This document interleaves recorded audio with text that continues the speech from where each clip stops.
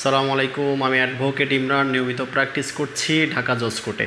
আজকে আলোচনার বিষয় হচ্ছে, যদি আপনি ডিভোর্স হয়ে যায় যদি আপনার অহেতুকভাবে যদি আপনাকে আপনার হাজব্যান্ড ডিভোর্স দিয়ে দেয়, অথবা যদি কোনো অপরাধমূলক কার্যকলাপে জড়িয়ে আপনাকে ডিভোর্স দিয়ে দেয়, সেই ক্ষেত্রে আপনি কি ধরনের অ্যাকশনে যেতে পারবেন হাজব্যান্ডের বিরুদ্ধে।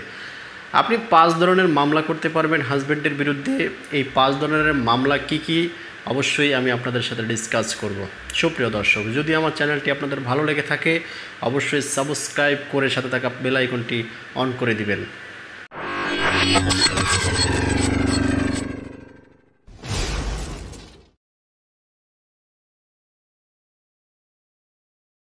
সুপ্রিয় দর্শক, আজকে আলোচনার বিষয় হচ্ছে মহিলাদের নিয়ে। কারণ আমাদের সমাজে মহিলারা নানানভাবে নির্যাতিত, নিপীড়িত হয়ে থাকে, যার কারণে দেখা যায় যে তারা সমাজে উঁচু হয়ে দাঁড়াতে পারে না, অথবা কোনো একটা মামলা মোকদ্দমা করতে গেলে সিদ্ধান্ত নিতে পারে না যে আসলে কোন মামলাটি করা উচিত। এই জন্য আমি মোটামুটি একটা ধারণা দেওয়ার জন্য ভিডিওটি মেক করেছি। অবশ্যই আপনারা ভিডিওটি সম্পূর্ণ দেখুন। ধরেন আপনার সংসারে কোলাহল চলছে, এই মুহূর্তে আপনার ডিভোর্স হয়ে যেতে পারে।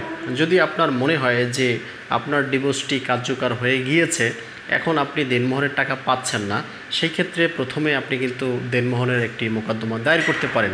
এখন আপনি মনে করতে পারেন আমার ডিভোর্সটি তো আজকে 1 বছর হয়ে গেছে, এখন পর্যন্ত আমি দেনমোহরের মামলা করিনি, তাহলে কি আমি দেনমোহরের মামলা করতে পারবো না? অবশ্যই আপনি দেনমোহরের মামলা আপনার ডিভোর্সের 3 বছর পর্যন্ত এই মামলাটি দায়ের করতে পারবেন। এই মামলাটি অবশ্যই পারিবারিক আদালতে দায়ের করতে হবে। বিবাহ চলমান অবস্থায় যদি আপনাকে আপনার হাজব্যান্ড অযাচিতভাবে মারধর করে, তাহলে কিন্তু আপনি নারী নির্যাতনের মামলা দায়ের করতে পারবেন। নারী নির্যাতনের 11 ক ধারায়, 11 খ ধারায়, 11 গ ধারায় এই মোকদ্দমাগুলো আপনি দায়ের করতে পারবেন। তারপরে দেখা যায় যদি আপনাকে বিবাহ চলাকালীন সময় আপনার হাজব্যান্ড যৌতুক চায়, তাহলে কিন্তু আপনি যৌতুকের মামলা দায়ের করতে পারবেন।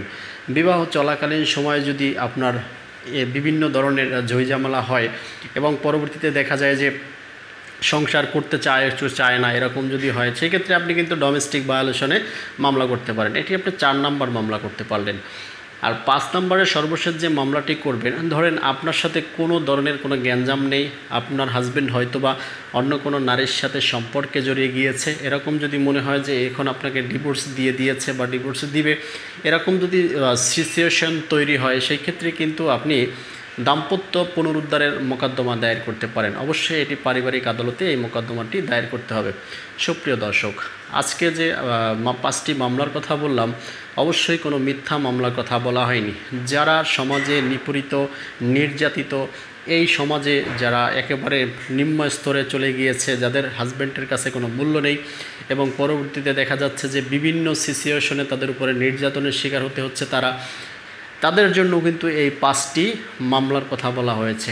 নিশ্চয়ই আপনারা এই 5টি মামলাকে খারাপভাবে নিয়ে করবেন না। অবশ্যই আপনারা যদি এই ধরনের সিচুয়েশন ফেস করেন, সেই ক্ষেত্রে আপনারা এই মোকদ্দমাটি দায়ের করতে পারেন। সুপ্রিয় দর্শক, যদি আমাকে আপনার বিশ্বস্ত মনে হয়, তাহলে আপনারা আমার সাথে যোগাযোগ করতে পারেন। আমার সাথে যোগাযোগ করার জন্য অবশ্যই স্ক্রিনে দেওয়া নাম্বারে যোগাযোগ করতে হবে। আর যদি আপনার মতামত শেয়ার করতে চান, সেই ক্ষেত্রে কমেন্ট বক্সে জানাতে পারেন, এছাড়া ইমেল করে জানাতে পারেন। সর্বোপরি আমার চ্যানেলটি সাবস্ক্রাইব করে সাথে থাকা বেল আইকনটি অন করে দিবেন। ধন্যবাদ সকলকে, ভালো থাকবেন। আসসালামু আলাইকুম।